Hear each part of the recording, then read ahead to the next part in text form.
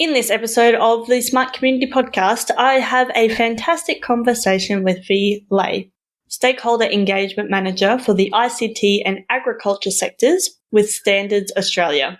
This includes the smart city space. V tells us about her background in ICT and telecommunications for both government and corporate, and what sparked her interest in the smart community space. We discuss why smart communities are so important and how V sees Australia embracing smart concepts at the moment. V and I explore the challenges and opportunities for multidisciplinary conversations and the importance of having agreed upon operating models when having many stakeholders with different contexts and different ideologies at the same table. V then tells us about the work she does with Standards Australia and the Smart City Standards Roadmap for Australia they have developed. We then talk about why it's so valuable to have all three levels of government, national, state and local, in the implementation conversations so that we can integrate better, move out of silos and away from us and them thinking towards genuine collaboration towards a shared vision. We finish our chat discussing the emerging trends of data, privacy and the questions we should be asking about the way data is used, as well as some of V's favourite smart city and smart community resources. As always, we hope you enjoy listening to this episode as much as we enjoyed making it. Welcome to the smart community, smart regions, smart towns, and smart cities. It's where we live, work, and play. With smart communities, the future starts today. Big data, smart mobility, emerging trends galore. The Smart Community Podcast is what you're looking for. This episode was brought to you by our sponsors, TPL Connect. TPL Connect are specialists in the design and delivery of smart city and IoT technology projects, offering consulting, design, and project management services. Their strength is their ability to deliver your project vision and not a compromised one. They do this by working with you in the early stages of feasibility to detail your project vision, objectives, requirements, and scope, then work with you to deliver the project through to completion and handover. Their team take the stress out of designing and delivering technically difficult projects by working on your behalf to deliver the original requirements and objectives of the project. TPL Connect, your project vision delivered.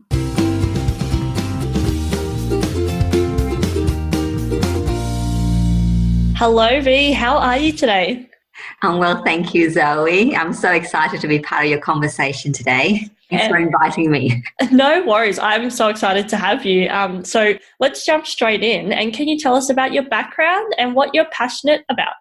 Yes, so my background predominantly has been in government and also I came from also a corporate sector as well, working in the ICT and telecommunications sector. And so currently I'm the Stakeholder Engagement Manager for the ICT and Agriculture Sector with Standards Australia. And I am the lead for smart cities and blockchain. And I'm really passionate about connecting people. Awesome. Well, let's talk about smart communities first, and then we'll jump into a bit more about the work that you do. But what sparked your interest in this smart city, smart community space? Look, I suppose it's predominantly from my work itself. So in terms of the smart city, smart community, we've been having these discussions for the last 2 years when I joined the organisation. And I saw there was really, value in really working in this space, given that we're more and more, engaging with technology and the data that's coming out of some of these devices and technology that we use. And so I wanted to make sure that, for Australia, I saw that, we have a lot of talents in Australia, but the conversation internationally, some of our experts or stakeholders have been part of that conversation, but not collectively for Australia. So I wanted to really bring an Australian presence to those international conversations. Yeah, no, absolutely. And I think, the work that you do definitely does that for sure. And I think, we were just in the pre-chat just having a conversation about that this really is a global conversation, but everyone's taking what they need from it, but bring that back together so we can really collaborate is so key. Yes, definitely. So what is a smart community to you? Well, to me, I see it as being able to, use the existing technology that we have to make our lives easier.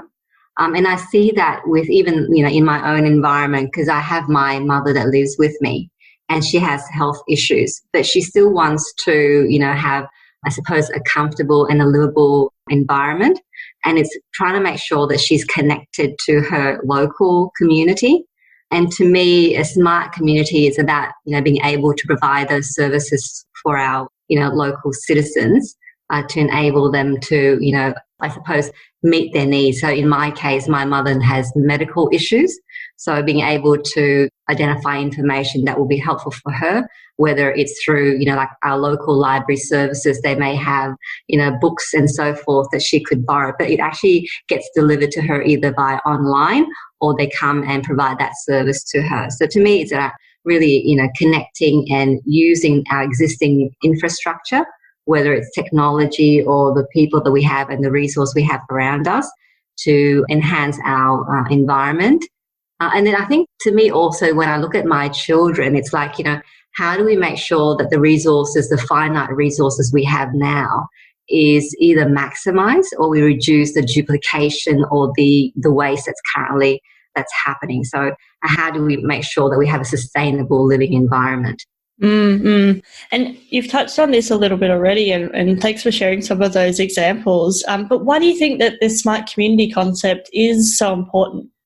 Well, look, I think more and more I'm seeing this, a lot of people playing in this space, but we have, and I still get the sense it's pretty much very a silo conversation in some parts of the sector. And if we all collectively come together and have that conversation, I think what's valuable for me is being able to learn everyone's, expertise and views. So we can actually create something of value or greater value for the community, or even like, the society or even the country that we live in. So I think for me personally, I find myself when I collaborate with someone, the product is a lot better than if I was doing it on my own. And so I have the same, I suppose, view and principle when it comes to a smart community, is that if we collectively bring all our expertise together, the product that we produce is a lot more efficient and effective than if we were doing it in, minor groups or solo. So I see that sort of translate in my value of making sure that we collaborate and bring out the best in everyone and being able to deliver a better product or service. Yeah, and I think that is really important, that multidisciplinary approach. Like, we talk a lot about smart cities and people saying, it's been around for a long time. Some people saying it's been around for a short time. What's new for some people is really old for other people, and vice versa. But I think what is different about this is actually having that multidisciplinary real conversation where we are bringing those different expertise in. It's not just one person or even one group that owns this space, which makes it quite complex and challenging as well, but also really, I guess, a unique space where you can't possibly understand absolutely everything, all of the different facets, but what you can do is bring those people that you can listen to and learn from together to actually, move forward in this space with a common goal, which is to develop this community that we want to live in the future. Yes, no, definitely. Look, I think when we say smart city, and even when I talk to some of my colleagues, people think, it's just one thing, which is, infrastructure, or someone else will say, no, it's something else. So, and because they come from different sort of position and different technical expertise, what we found more and more is, as I talk to a lot of stakeholders in this space, it is quite complicated. So, it's not as if like you're looking at one aspect only. So it's like you're looking at the people aspects of it. You're looking at how do you build cities and the infrastructure that sits behind it. And then on top of that, you're looking at the data and all the information that's available. So that, as you say, it's like multi-dimensional and multi-layer. And I found that when we, over the last nearly 2 years of our conversation, we've sort of started to learn, like what I got the sense from our stakeholders is that there's still that learning journey. And as you said, some are very experienced and some are still just starting. And what we wanted to get to, particularly like from where we sit as Standards Australia, we want to make sure that everyone has at least achieved a minimum level, or at least, a playing level field with everyone else, rather than, some cities might be more advanced than other cities or, local regions. We want to bring everyone at the same rate of, I suppose, progress, so to speak. Yeah, no, that's really interesting. And This next question, I think, is quite relevant, obviously, for the work that you're doing, and it's about how Australia is embracing the smart community concept. Sometimes I don't ask this, but I think it's really relevant for the work that you do. So how do you think Australia is embracing this concept? I think we're starting to, but I don't know that everyone is still clear about the concept of a smart community or a smart place. Because when you think about it, like, if I look, let's say, at the local level and as a citizen living in my own suburb, when you don't see something, you don't sort of think about it. So if, let's say, you live in more, one or more of those developed cities, you see it through perhaps those, automated bus services that you would be able to look at how it can actually enhance your ability to select a bus route according to your needs. But let's say if you're living in a regional area, you may not see that yet. So I find, like, going back to your question in terms of embracing it in Australia, there's different level of sort of, I suppose, maturity in terms of our local community. But I know collectively when I talk to all our stakeholders is that they understand there is more a need for it now. And I think with the COVID pandemic, it's making people realize that more and more you need to rely on technology to stay connected, whether you're at work or whether you're doing, studies or so forth. And so I think it's becoming quite evident to everyone now that we need to really start, accelerating our progress. Everyone agrees to the need for it, but whether they understand how to implement it or how they can, harness that sort of opportunity is probably the other question. Yeah, you're so right. And I also think it's an opportunity to really think about what do we want it to look at, not necessarily, it's going to be like this. Like, not every place is going to be like a Seoul in South Korea or even a Barcelona or a New York where, people talk about these places all the time. But actually thinking, well, we know we need to focus on digital. What are the pros and cons? And then how can we mitigate some of those cons? Because I think sometimes we have polarized conversations where it's like all or nothing. And I think particularly the work you do, bring so many stakeholders together. You would have such rich conversations around all those different things. And from a standards perspective, how do you standardize something that is so nuanced? With great difficulty. Yeah. I suppose that's just even in Australia. And I think it's even more sort of evident when we talk internationally as well.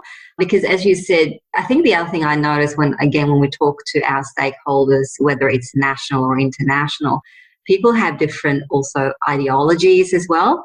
And the challenge for us is trying to work out, well, how do you standardize when people maybe bring in different views about what a smart community is?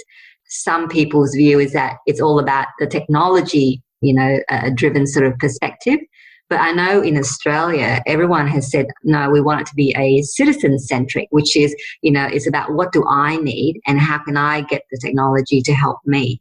But you'll find, in countries elsewhere, that may not be the view that they're coming from.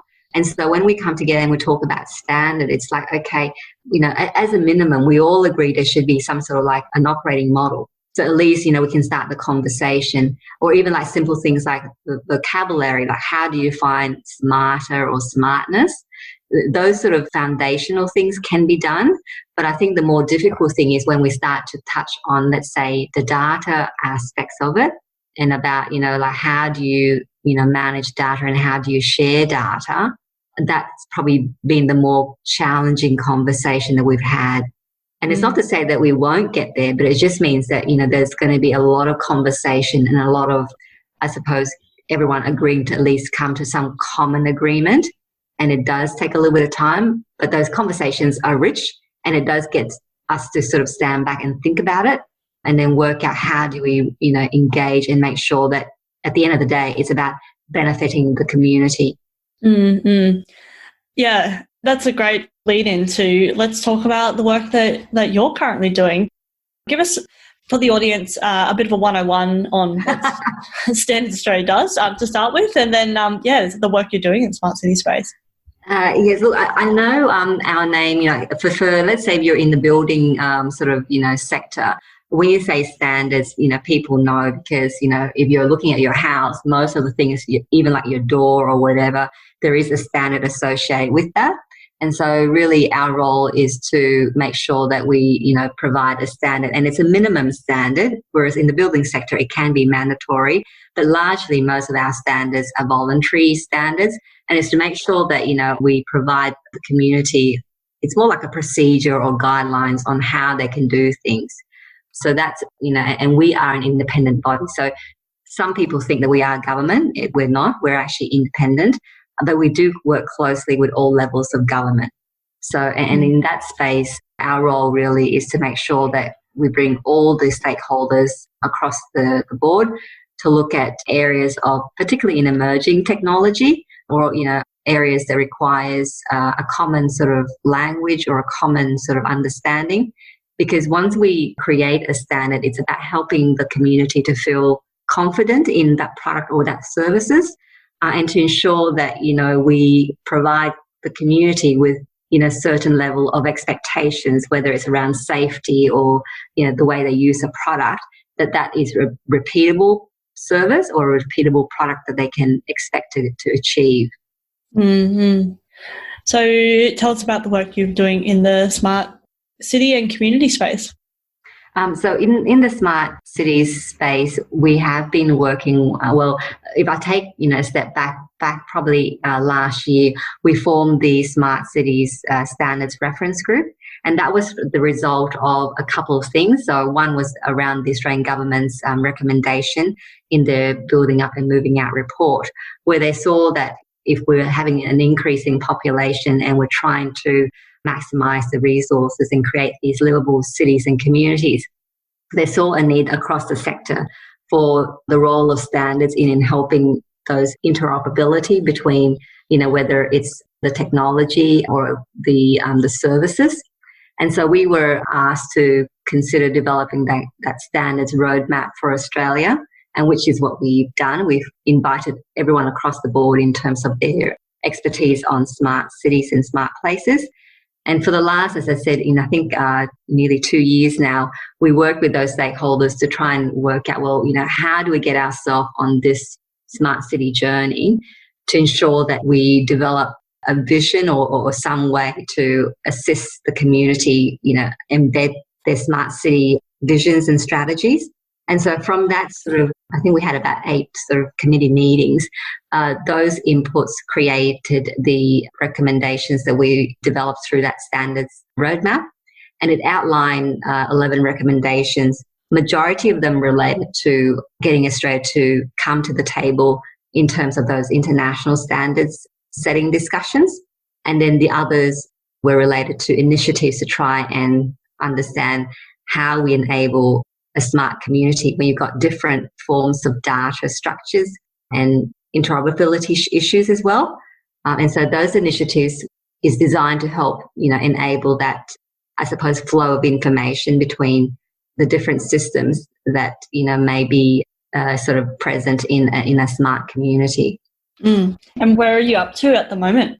So we released a roadmap in August, and for most of them, particularly around being involved in our technical committee work, largely that has been established. So we've got one committee that is what we call mirroring. And when we say mirroring, they're really providing that input and looking at the work that's been done internationally and making sure that, they also look to adopt that for Australia. So one of that international committee, it's called the Sustainable Cities and Community Committee, and they look at the smart infrastructure standardisation.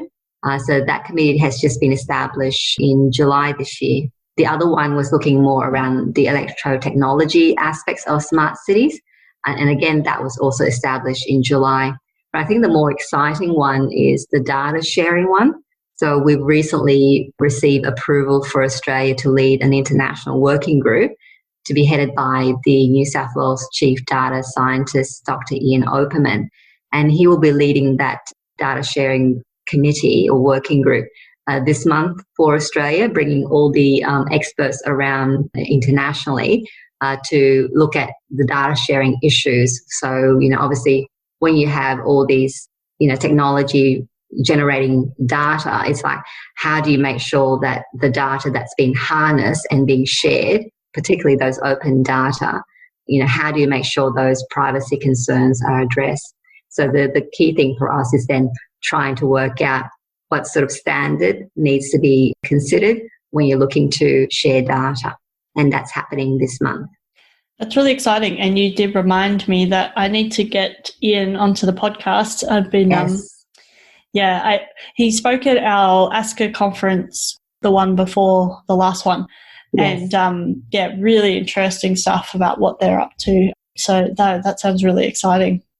Okay, this next question, again, I think often I don't ask it all the time, but I think it'll be really valuable. How do you think that we can better integrate across different disciplines of government and industry in this space? Look, I think we've tried that with the Smart Cities reference group that we established last year. And that has been great because I think for a long time, I know local government and state governments have been having different sort of conversations, and even at federal, like with the smart city deals, that sort of enabled them to have that sort of integrated conversations. But at the practical level, to sort of say, okay, how do you actually move to implementation? We found that having all three levels of government represented on our committee was valuable because I suppose it was genuinely an eye-opener for our federal representative to listen to the challenges of the local government representatives. And so that was, valuable. And so I think for us, our learning from there is that, whenever something is at a national level, you need all levels of government, in the conversation to make that richer, and also so that all levels of government understand the challenges. Because I can certainly see, like from local government's point of view, they really are at the front line of implementing a lot of these initiatives for the community. But obviously they also have their, priorities as well. And at the federal level, even though they may have their visions and they may support through funding, they may not necessarily understand some of that front, face challenges that the local government have. And then I also saw the value of state government being able to play, I suppose, like a connecting role between the three levels of government. And for us, then it became that, the more and more we worked around the area of smart city, the more we saw the need to have these continued conversations with all these government representatives. Mm-hmm. Does that help? Yeah, no, that's really great. I think sometimes people think government and they just think it's one big entity on its own. And you're so right, and have such different challenges, and they're never going to understand. They can't, there's too many things to understand at each individual level. So you need to get that information, I guess, from the horse's mouth, as you say, with local government, state, and then federal. But then that connector role of state government, I think that's also a really key one, and something that I've been also thinking about and talking about with some other people as well is connecting across the different local governments, but then also maybe even playing a bit of a translator or an integrator role with federal government about where the needs are and what needs to be funded or prioritised. Yes. Look, certainly we saw that, as I said, when we look at the national level, at the federal government level, they have the visions and so forth. But then to translate that into, as I said, at the implementation level, the local government and state government need to do that. So we found, as I said, when we had all those three layers in the conversation, it really helped everyone to sort of take a step back to understand what is the real challenge here and how do you do that? Like it's easy to have a vision, but to implement it, there's a set of challenges. And so, and I suppose, look, I look back to the example of, I think earlier this year or last year, the federal government commissioned a report, and they were trying to assess the level of maturity across all local government in terms of their implementation of smart city initiatives. And then that report was published, and I'll have to remember the name. But when the local government read it, some of them who weren't rated so well felt a little bit, I suppose, they felt an unfair sort of, assessment of their performance. And that conversation, it was valuable because when local government gave that feedback, the federal representative, and I'm talking more in our committee discussion, so it's not representative of the national discussion, but this is more specifically in our committee discussions. The federal representative took a step back and realised that actually there are also international standards to measure performance. But when you start to measure performance, it needs to be an internationally recognized performance. And if we have those there already, well, then let's use that. And local government sort of felt like, okay, well, at least we're trying to, they understood that it's not about assessing their performance. It's about more understanding the level of maturity in Australia and where can federal play a role in helping them to move local government towards that vision. So that conversation was helpful because for the first time they all sat around the table and realised what each group was trying to do. And it really was about trying to get to the end result of making sure that we can move towards that one vision, which is about, bringing people towards that smart community vision that they had, rather than about identifying who were not performing versus who were performing. So I'm not sure if that sort of gives you a sense of, like, those discussions were valuable, but to have that perspective being available to all parties at the same time, I think it really helped move everyone in the right direction. And at the end of that discussion, the feedback I got from all our committee members was that it was great. For the first time, all the stakeholders understood each person's challenges, but they all agreed at the end of the day is that we all want to contribute to a better sort of society and a better community. So let's work on how we can do that. So I think that really was valuable for us. And no, that's such a, really, really interesting and valid, I guess, observation and point, and just opening up that conversation about, well, what is it that we're trying to achieve when, and that it's not necessarily about pointing the finger and being like, you're not doing what you need to be doing. It's actually then, well, hopefully identifying priority, projects and funding opportunities and where, funding needs to be spent. Is it that we need to focus more on increasing digital literacy across the board, or is it actually investment in community projects, or is it engagement, or is it, and it's probably, all of these things, but where's the highest priority? Maybe we are performing quite well with community engagement, for example, but actually the lack of system information or understanding or data sharing or whatever it is lacking. Yeah. And look, I mean, as you rightly pointed out, Zoe, like, these are my observations. So I sat there and I took that away, that I saw that conversation evolving from feeling like, us and them, to becoming more like, actually, we're all trying to support each other, and how can we do that? And understanding that, everyone, as I said, had a challenge. And I think at the end of the day, as, a lot of the conversation evolved, we saw that local government really played a central role in this. It's a challenge for them in terms of their current priorities, and they're always, I suppose, looking for ways to do more, but with the limited budget that they have. So that was really well understood. But it was just, again, looking to state government, like, how can you support local government, and also federal, like, how can we all work together so we can actually achieve that outcome that we want. So that was, really, really valuable for us. And that's why when the recommendations came out, again, we reinforced the need to have all levels of government involved in the conversation in terms of developing these initiatives and standards. Yeah, no, I agree. Super valuable. Okay, well, let's move on to the future and thinking about emerging trends. What are the emerging trends that people aren't talking about enough? Look, I think we are getting there. I know now digital twin is something that is a conversation that's happening. 5G is sitting there as well. So I know that perhaps, there is some conversation happening in 5G, but perhaps we need to, look more about 5G and how that can help Australia. I know some of the telecommunications stakeholders are trialling 5G, but I suppose in the back of my mind is like, with all these technology that we have, we're probably still not talking enough about the data side of things. Like, what are the implications when we start to connect all these data sets?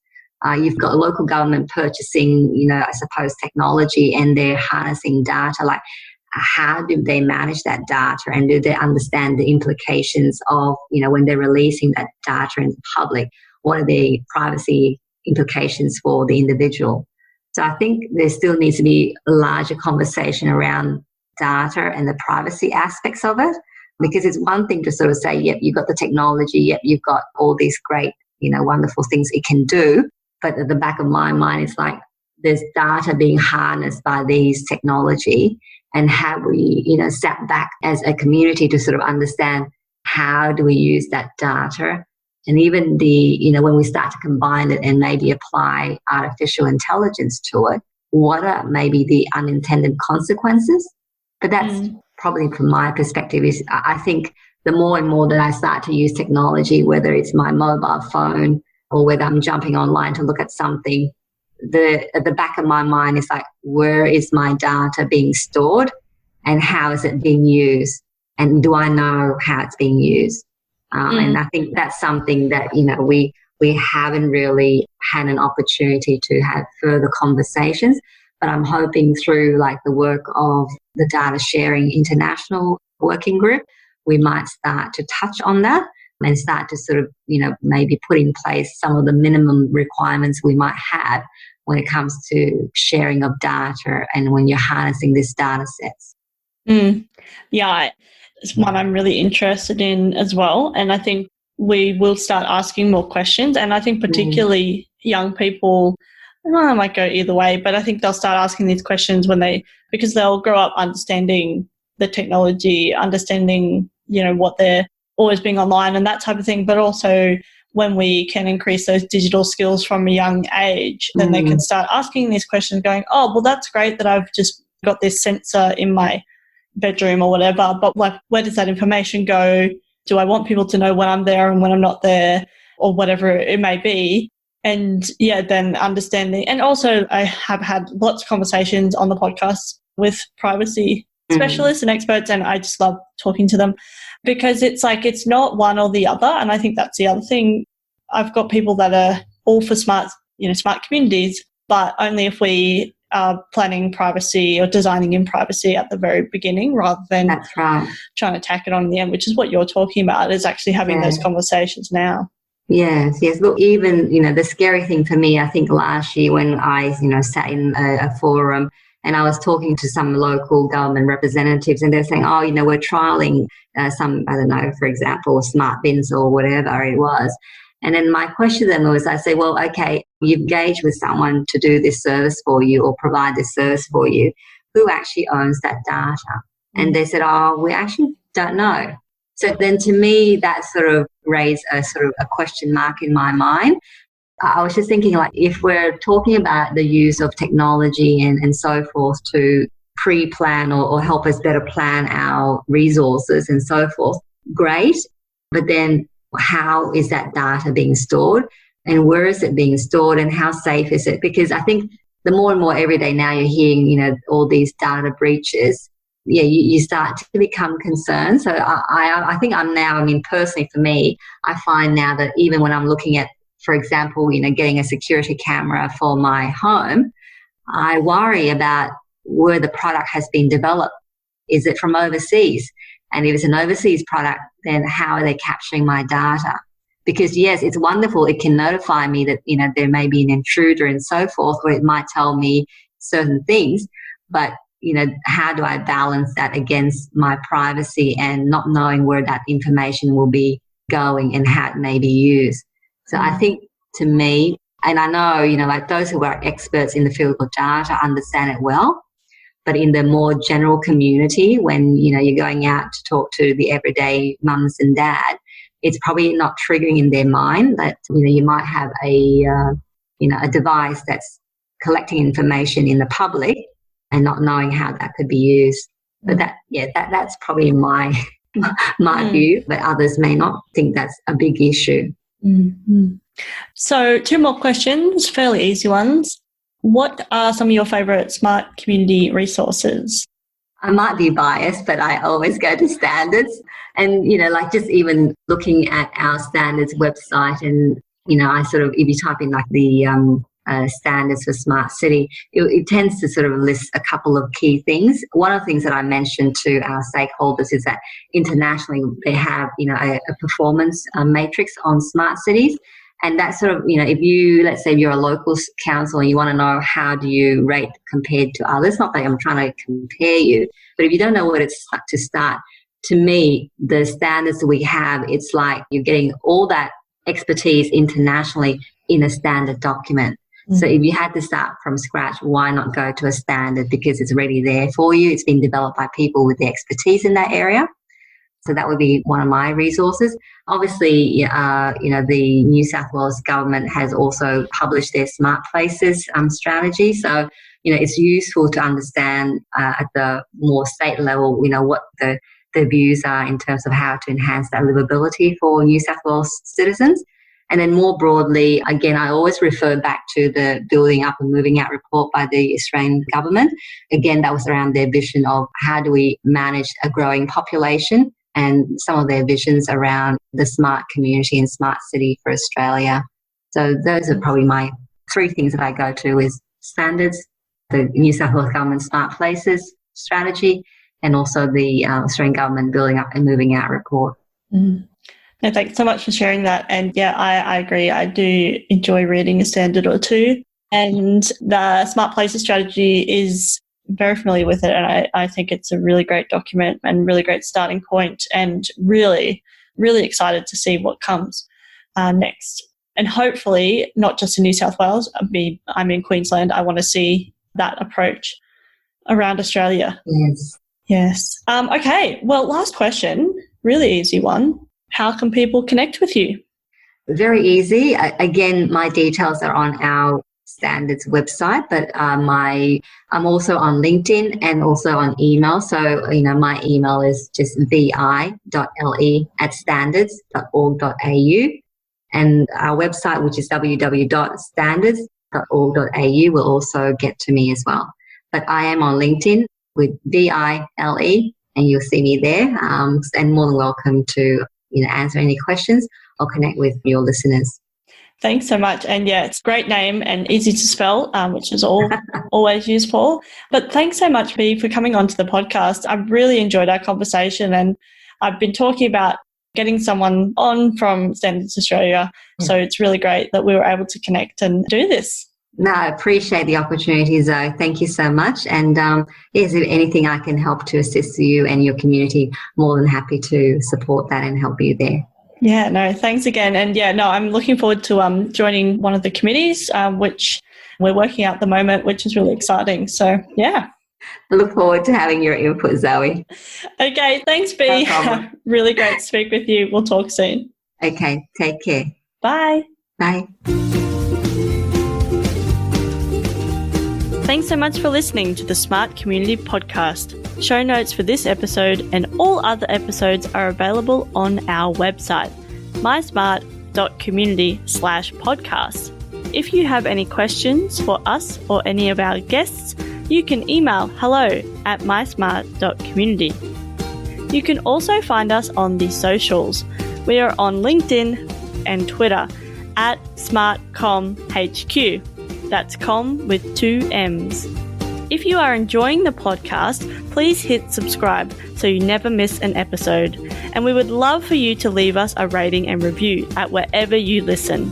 This really helps us reach more ears and eyes, so thank you for your support.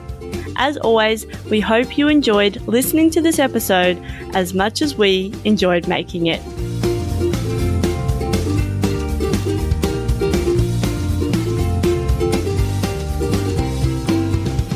The Smart Community Podcast is what you're looking for.